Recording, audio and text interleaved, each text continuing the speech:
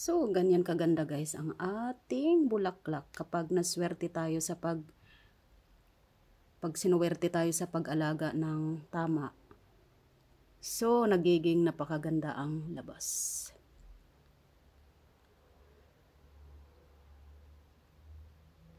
Alam nyo guys, hindi ako nagsasawang tingnan ito, grabe.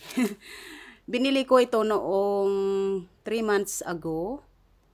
Ang isang color is nasa 4 euro.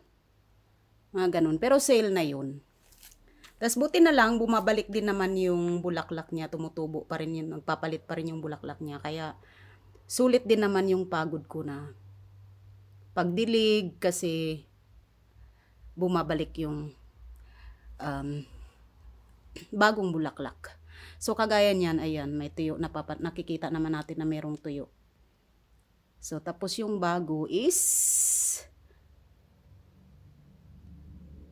tumutubo uli, kaya napakaswerte kasi talagang napapakinabangan natin siya ng gusto. At least sulit yung mga binili nating ginastos nating pera, sulit din kasi paulit-ulit nating nakikita ang napakagandang bulaklak.